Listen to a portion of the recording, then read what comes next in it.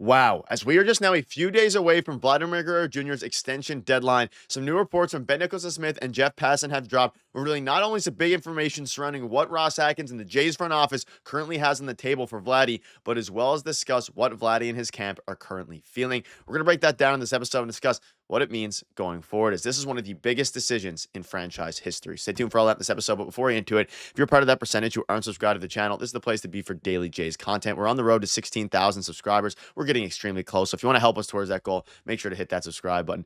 Ladies and gentlemen, there's a lot to go over today, and we've obviously been talking about on this channel, a bunch of different things, whether it be free agency, but now we are locked in on Vladimir Guerrero Jr. because we are now, as of the time of recording, just a few days away, 6 days away from Vladdy's extension deadline surrounding, of course, his future in Toronto. And we had some new reports drop from both Ben Nicholson-Smith, from a little bit from Schneider VDM, Jeff Passan as well, revealing some interesting information. So I want to start with this. So you can see this here. This article dropped just minutes ago. Vladimir Guerrero Jr.'s production sets him apart, and so does his youth. At 25, he's younger than the reigning Rookie of the Year and just entering his prime. Up on Sportsnet, why a record extension could legitimately benefit all sides involved. So this article basically goes on to say a few different things. It both includes some interesting tidbits and reports, as well as just some context. Let's start with some of the context, and we can kind of discuss the risk of this deal for the Jays. Now, obviously, we've seen deals in the past. I'll paraphrase. I highly recommend you go read the article on sportsnet.ca from Ben Nicholson-Smith, of course, does a great job over there. But he said this, basically, as any deal worth hundreds of millions of dollars, the investment could backfire with enough injuries or regression. And basically, we know there was deals like Ryan Howard, Chris Davis, most notably in the AL East, if you were watching back in the mid-2010s. I mean, deals can backfire, especially for first baseman. And the other risk is letting him go. So if you extend into a big deal, the risk is, okay, there's a chance that he has, a couple bad seasons. Let's say he turns into a middling somehow 750 to 800 OPS player. Let's say he gets $450 million. That's definitely not worth it. However, the other risk is on the opposite side, as you can see in the bottom here, if he goes to the Rangers or the Red Sox. So those are kind of the risks involved in the deal. But the reward is that you have the face of the franchise for the foreseeable future on your team. Now, we all know how good Vladimir Guerrero Jr. is. You can see the bottom here. Other bat-first players fared much better over the decade spanning age 27 to 36 seasons. I mean, you compare him to José Berríos and David Ortiz. The biggest thing with Vladimir Guerrero Jr. here, a lot of people think he's older than he is. He's only 25 years old. And like the article says, that's, around the same age, a bit younger than the reigning Rookie of the Year. Or same age, sorry, as the Rookie of the Year. So you're talking about how the Toronto Blue Jays and, Vladimir Guerrero Jr. has been in the league for a while. He came up extremely young before his age 20, before he hit 20.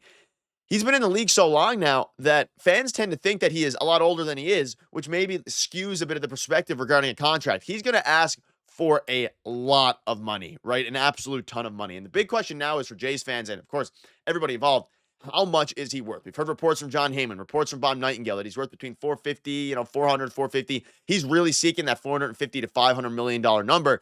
Is that worth it if you're the Toronto Blue Jays? That is the big question. Now, I think, of course, there's no number at this point that can, whatever number gets it done, you have to do if you're the Toronto Blue Jays. You're the alternative of him, like Ben Nicholson-Smith says, him going, you can see at the bottom paragraph, him going to the Rangers or the Red Sox. That is a nightmare scenario. Now, he also gives, and this is where the information starts to come a little bit interesting. So you see this here down to the deadline. In baseball, these negotiations tend to remain unsolved until close to the deadline, and that's likely the case here. If you're Vlad, why accept anything now if there's a chance of a better offer in 3 days? It's the exact same thing as a trade deadline. We all know the best offer from the Jays and every team and every sports deadline is really most of the time given right at the end when they're a little bit desperate. For the Toronto Blue Jays, they're probably at the moment, let's say they're at $400 million and Vlad wants $450. It'll come down to the wire to see if the Blue Jays will, up their bid to that $450 mark that Vladdy and, of course, his camp wants. And again, we're talking about February, whenever the deadline is, February 18th. When that deadline hits, that's when things are going to get really crazy. And if he walks away without a contract extension and it comes February 19th and the Jays do not have a deal in place of Vladdy, I mean, this team is going to be in for a very interesting season. However, if it happens, you see this here, obviously we know Jays fans would breathe a sigh of release. I don't want you to let me know, if Vladdy signs with Toronto, what would you grade this offseason? We know currently they got Nick Sandlin, Jeff Hoffman, Andres Jimenez, Anthony Santander. They're still in the mix for Alex Bregman. But assuming they don't get Alex Bregman and they just stick with the team they have, what would you grade it out of 10 if they get a Vladimir Guerrero Jr. extension done? Because at this point, again, we're a few days away now. This is the biggest moment for the Toronto Blue Jays.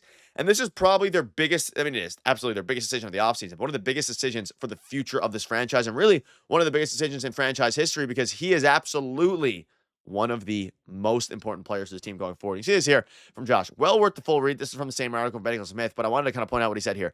The optimism here fills my cold, dead heart with joy. And this was the last paragraph from Ben Smith. In the end, nothing is done until it's done, but there certainly seems to be room for a win-win deal here. The Jays can offer one of the biggest contracts in the history of the sport, and Guerrero can be a young franchise cornerstone to build around for the next decade. Plus, now it's a question of whether these sides can find enough common ground to find a solution that genuinely benefits everyone involved. So, a little bit of optimism from Ben Smith to finish the article. And if you've been following this channel, and of course, the Jays writers this offseason, they've been very pessimistic. I mean, there was a point in time where Rashad Avidi and Ben Smith said that no deal was going to get done with any of the big free agents after the Andres Gimenez trade. They only had $10 million left to spend. They obviously proved that wrong. They got Jeff Hoffman. They got Anthony Santander. They got, of course, Jimmy Garcia was the first signing of the offseason. So as you start to look at this now, this team has to extend their superstar. He is one of the best players in baseball. The peripheral is proven.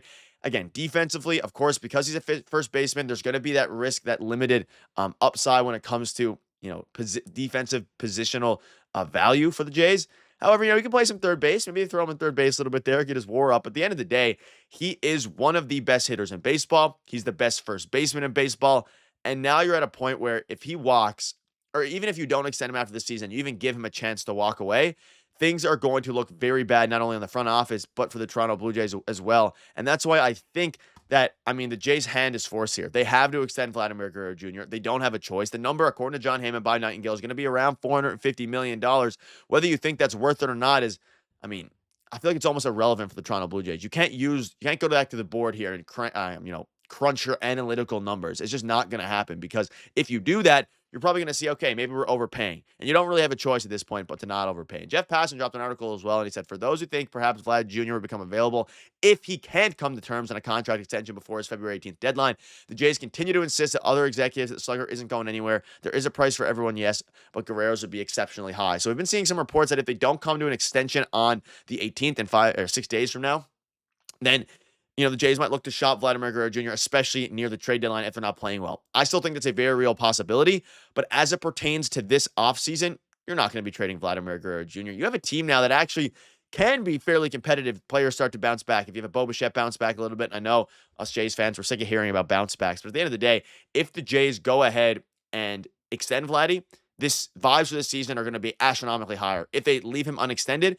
then there's going to be an extreme amount of worry and almost nervousness for, fans, because we'll now be anxious wondering, okay, is he going to be able to be a Toronto Blue Jay beyond the season, no matter what success they have bearing a World Series? If he leaves and other teams start to bid for his services, the anxiousness filled throughout the season is going to be very high. So it's going to be interesting to see what happens. A bunch of new information here. Obviously, it seems like it's going to come down to the deadline on the 18th, according to Ben Smith. He also said that on a radio show as well. And it seems like these numbers are going to go down to the very last minutes. We're going to keep you up to date with all the latest news. So let us know down below what your thoughts are. Make sure to hit the subscribe button. Thank you guys for watching. Cheers.